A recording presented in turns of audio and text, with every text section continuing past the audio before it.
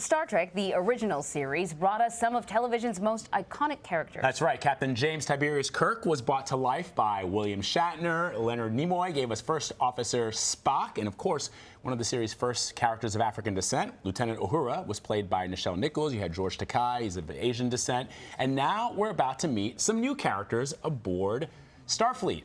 I sat down with actors Mary Chieffo and Jason Isaacs about their roles and some of the themes on Star Trek Discovery. I play L'Rell. Yeah. Full Klingon would be like L'Rell, Nice. but generally L'Rell. We can do a little, like I say, I'm going to start a beauty product. It's kind of like L'Oreal, but not quite. But the Klingon version. Yes, the Klingon version. She is T'Kuvma's battle deck commander, and within that, she is basically his chief strategist, his campaign manager. I joke she's the brains behind the operation. Nice. She lets the men do a lot of the talking, and she likes to kind of work from the sidelines, but she's listening, and she's making sure everything is going smoothly as best she can. As she can. Yeah. As best as a Klingon Those can. men still talk a lot. So. Right. So what's really fascinating about this, and as a Trekkie, never really seen the world of the Klingons the way that we understand it's going to be portrayed in this series. Give me a little sense of that. Well, you get such a complexity and a heart and humanity. I'm trying to coin Klinganity or something. Klinganity. I love that. Great. Yeah, so we're going to... Have you used that in every interview? I want to steal that. Klinganity. Klinganity. But I really feel like there's so many scenes that I've had between Klingons where it could be between two humans, that it's got all the nuance and heart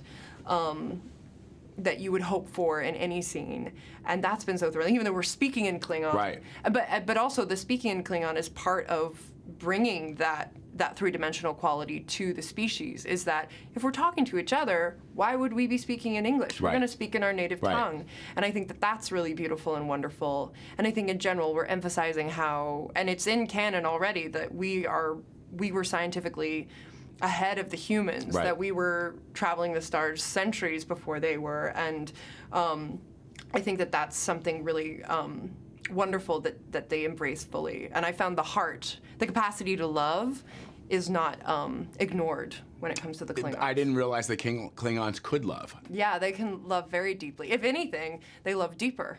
You know, I feel besides war, I mean, they love part of what they love is war. Yeah, but we're going to see a different you see aspect of love. You see the real compassion and love for each other and for what our species stand for. You know, it's always been about honor, and you get to see kind of the complexities of what it is to uphold that honor. And I think T'Kuvma's message is so about uniting the 24 houses, and I think that you get the complexity of other characters who maybe disagree with that too. So you see a real nuance even within the houses and the cultures that hasn't fully been explored, I don't think. He's the right person to be in charge during the war. I don't know if he's the right person to be in charge in peacetime. He's probably less sentimental on the surface of it than a lot of the captains before, less overtly soft, and yet he has a big heart. Because it's not weekly episodes, because it's serialized, you'll see this man revealed over the course of 15 episodes. His character, all of our characters are revealed through choices we make in action. And I think that real people, real three-dimensional people can't be summed up. And I don't know that I would do the same thing 2 days running or say the same thing. And so he's a guy who, like all the characters, who will reveal themselves through how they deal with crisis. The other thing that's really fascinating about Star Trek, the entire series, going back to the first original series, is the vision that Gene Roddenberry had for the series and for the characters and for the time that he was sort of showcasing. And that's been a tradition throughout all of the different shows. When you look back at the things that attracted you to the original series, the diversity of the cast, the idea that there wasn't a god, which I think was a surprise for you recently, right? How does that inform how you're going to play this role? Well, when I watched it as a kid, I was just massively entertained by some fantastic stories. I wasn't aware that there was a message or there was a vision of the future, and I'm not sure that many people were. I think first and foremost, these are great stories. If you try and, if you want to put out a message, print a bumper sticker or put, leaflets through people's doors. These are great stories with great characters, and any message is subliminal.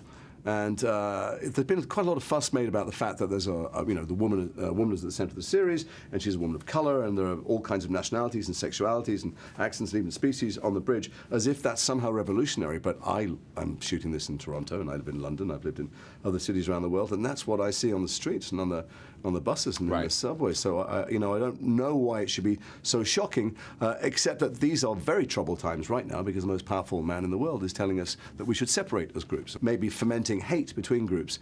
And so maybe there's never been a more important time to tell a great story, the subliminal message of which is that we can work together and should work together and can support each other instead of hate each other.